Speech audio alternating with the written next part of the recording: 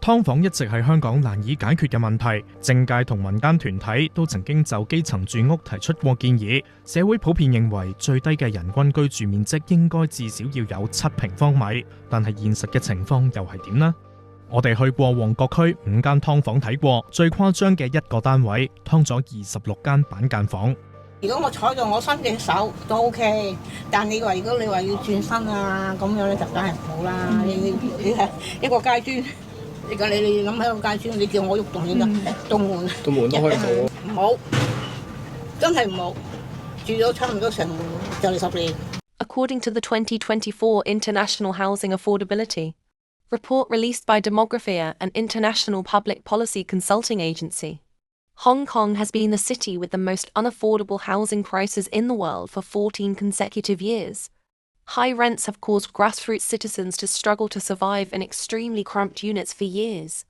According to figures from the Legislative Council of Hong Kong, the median per capita living area in Hong Kong in 2021 was 16 square meters, while the per capita area in advanced Asian places such as Seoul, Singapore and Taipei was as high as 30 to 35 square meters, reflecting that Hong Kong's living space is lower than the world level.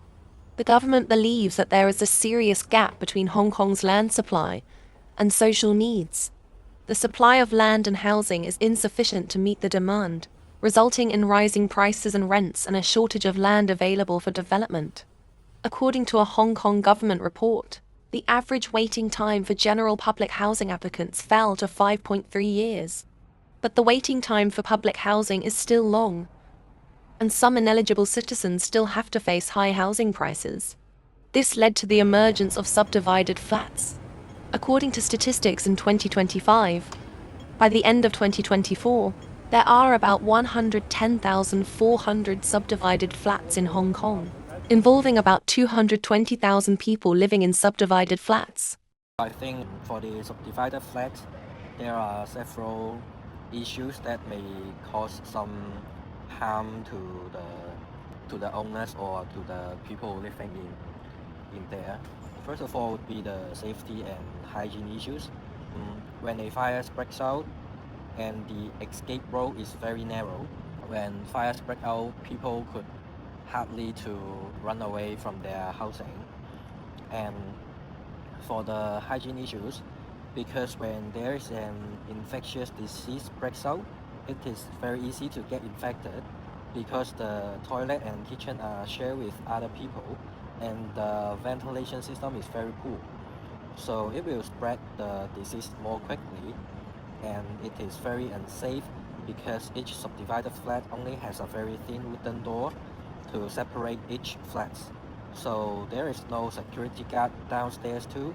That means that anyone can come and go freely, and some elderly people may be waiting for public housing, but because of the waiting time is very long, they have been living in subdivided flats with no other ways. So I think to ease the housing problem, I think we should trace the source of the problem.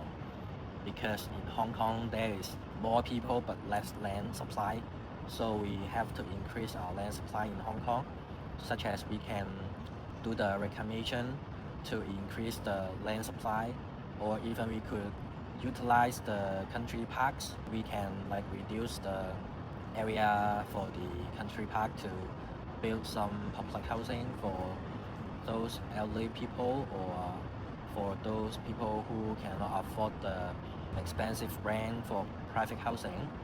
And we can also trace the owners for the public housing to determine whether they are suitable or they are qualified to live there, because if they are get high pay or if they have many rich, they have to leave the public housing for those people who is needed.